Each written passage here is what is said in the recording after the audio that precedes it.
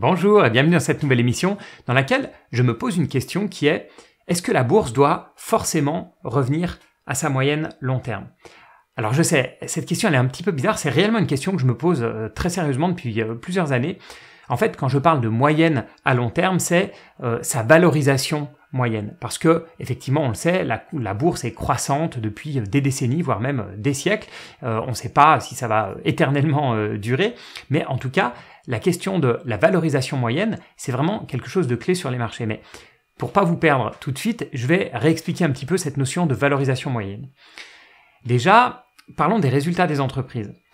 Les résultats des entreprises, c'est une courbe qui est globalement croissante, à l'exception de quelques phases de récession. Et cette courbe des profits des entreprises, elle a, bon an mal an, une croissance d'environ 6 ou 7%. Là, je parle vraiment sur du très long terme. Et dans la communauté financière, il est admis par à peu près tout le monde que la bourse, elle suit les bénéfices des entreprises à long terme. À court terme, il y a plein de choses qui se passent, mais à long terme, elle suit cette courbe des bénéfices des entreprises. Et en fait, la bourse valorise ses bénéfices avec un PER moyen autour de 15 ou 16. Le PER, je vous rappelle, c'est le ratio courbe sur bénéfice. Ça veut dire que la bourse vaut à peu près 15 ou 16 fois les bénéfices des entreprises. Si on inverse ce ratio cours sur bénéfice, donc cette fois-ci si on prend bénéfice sur cours de bourse, c'est tout simplement le rendement des bénéfices qui est en moyenne de 6,5%. Voilà, donc c'est un chiffre qui est une moyenne depuis des décennies. Et ensuite, la bourse va fluctuer autour de ce PER moyen en fonction des phases d'euphorie ou de déprime, mais on revient globalement toujours à cette moyenne. Mais on peut se poser la question, est-ce qu'on doit toujours estimer que la bourse, quand elle est entre guillemets surévaluée, quand elle a un PER de 20, est-ce qu'elle va forcément retourner autour de 15? Et si elle a un PER de 10, elle va forcément retourner à ce niveau de 15? Ou est-ce que ce niveau de 15, dans le passé ou dans le futur, il peut passer à 10 ou à 20, ce qui changerait totalement en fait notre vision de la bourse? Elle serait pas surévaluée quand on le pense et elle serait pas sous-évaluée quand on le pense. Alors en général, quand on regarde des PER historiques, on les regarde sur 30 ou 40 ans, on les regarde à peu près depuis les années 90. Et c'est vrai que, comme ça, au premier coup d'œil, on voit pas vraiment de tendance. En Europe, le PER moyen, il est de 14,4, aux États-Unis, il est de 16,8, et au niveau mondial, la moyenne est de 16,3. Donc là, on est à peu près sur des moyennes sur 30 ans. Et c'est vrai que, quand on regarde ces trois graphiques, Europe, États-Unis, monde, on distingue pas réellement de tendance, on voit quelque chose qui fluctue avec globalement une moyenne qui est stable.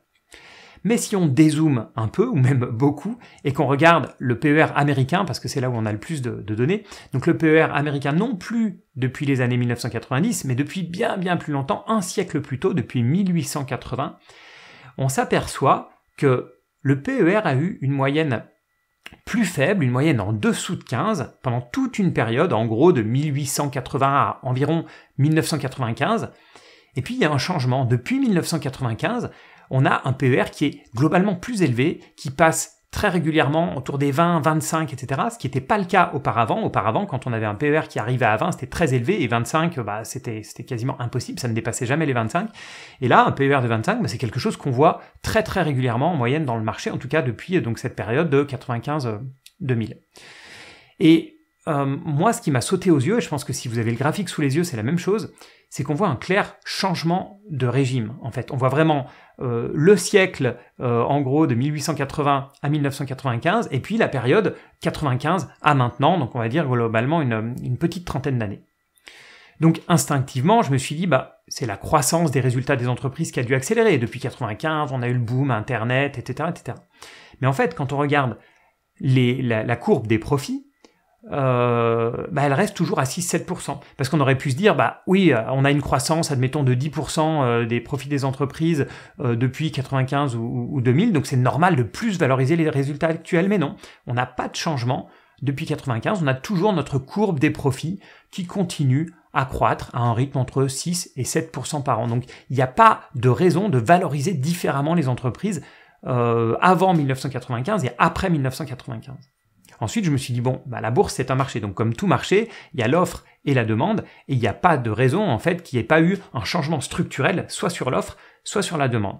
Donc, si je reste 2 secondes sur l'offre. L'offre en bourse, qu'est-ce que c'est? C'est les entreprises cotées. combien d'entreprises cotées il y a, quelle taille elles font, etc. Et l'offre en bourse, c'est quelque chose de très rigide, de très fixe. C'est pas ça qui va faire fluctuer la bourse à 1 mois, 6 mois ou à 2 ans. Et on le voit d'ailleurs, le nombre d'introductions en bourse est très faible, donc c'est quelque chose d'assez figé en fait. Et d'ailleurs, le nombre d'introductions en bourse est faible aussi parce que beaucoup d'entreprises, et parfois des très grosses entreprises, ne veulent plus s'introduire en bourse, elles préfèrent rester privées, non cotées, avec voilà, des fonds de private equity comme actionnaires principaux, les fondateurs, etc. Parce que c'est beaucoup plus simple que de devoir publier des résultats tous les trimestres, de se faire chahuter parce qu'on n'a pas atteint le consensus des analystes, etc. Donc voilà, sur la partie offre, on voit que c'est quelque chose de relativement rigide. Maintenant, passons à la demande. La demande, qu'est-ce que c'est? C'est principalement l'épargne.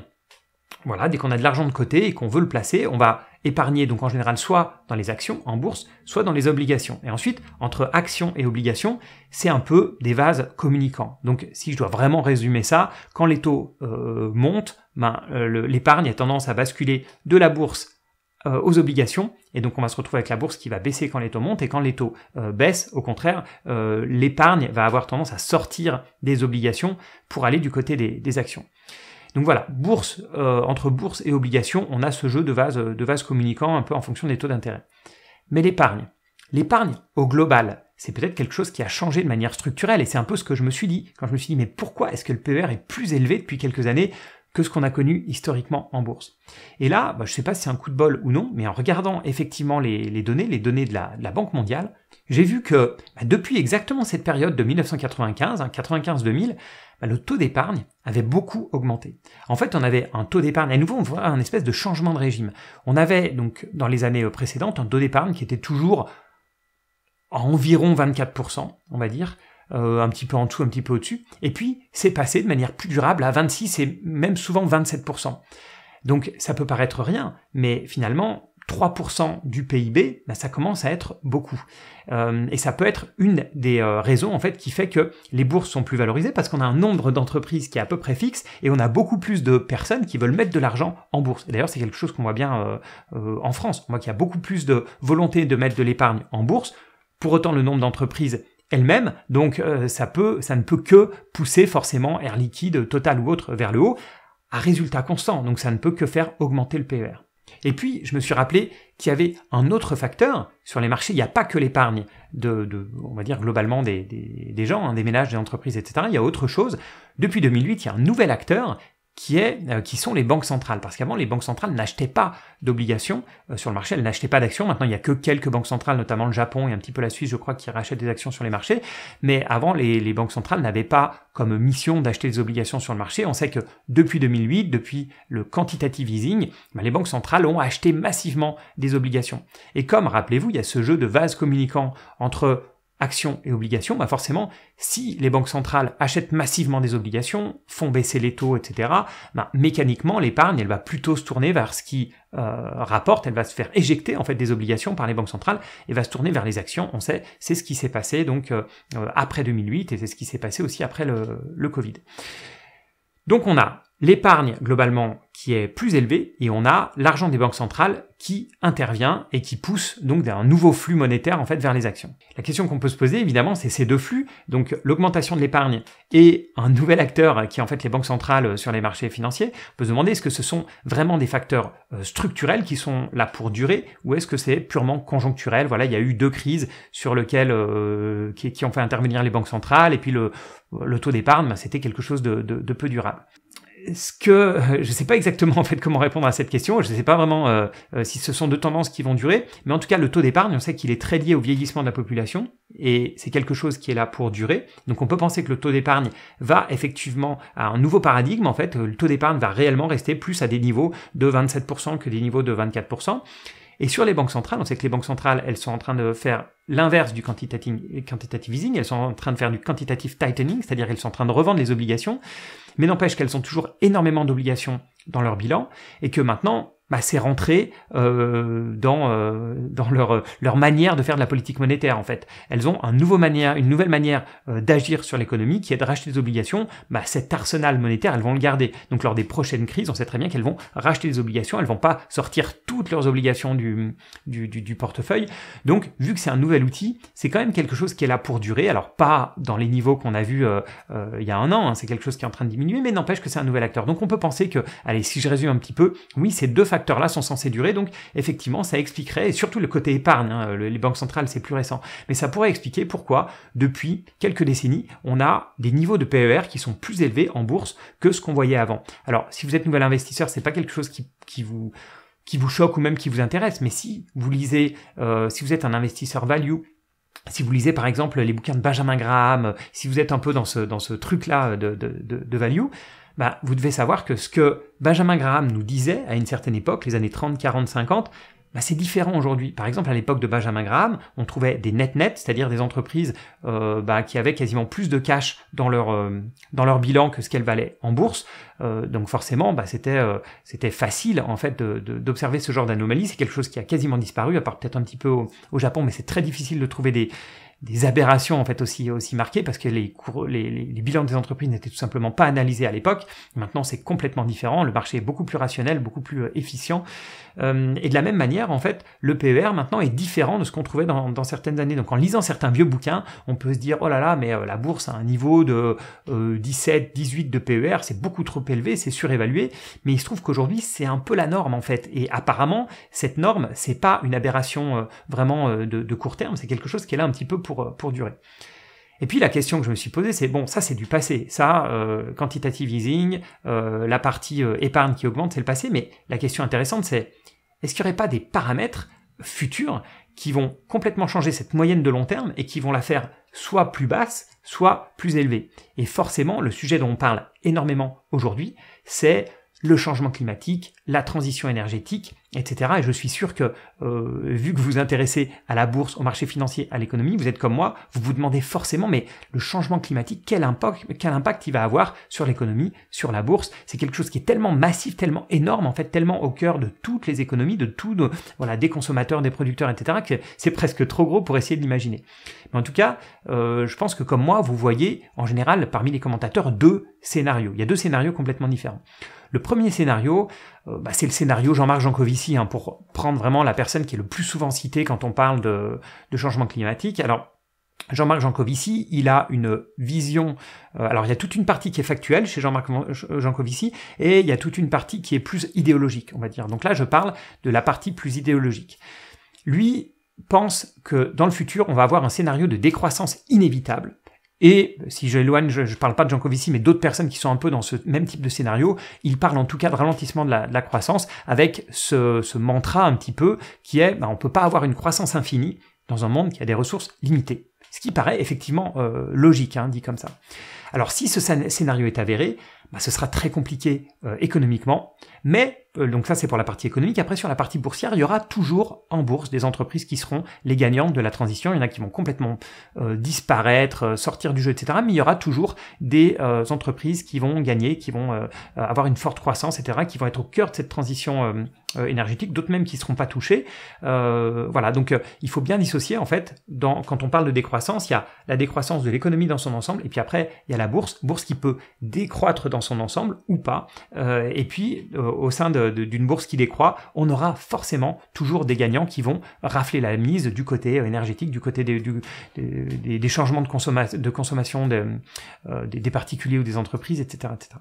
Et puis, il y a un deuxième scénario, un scénario que je préfère, qui est le scénario c'est juste pour mettre quelqu'un en face de Jean-Marc Jancovici, mais le scénario que j'appellerais plutôt Bertrand Piccard, vous savez, c'est le créateur de l'avion solaire, Solar Impulse, et c'est un scénario dans lequel l'homme avec un grand H, s'adapte au changement climatique.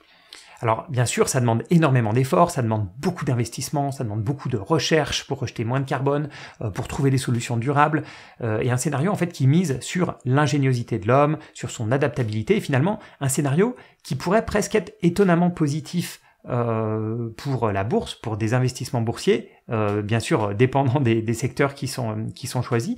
et voire même, pourquoi pas, un scénario qui soit positif pour l'économie.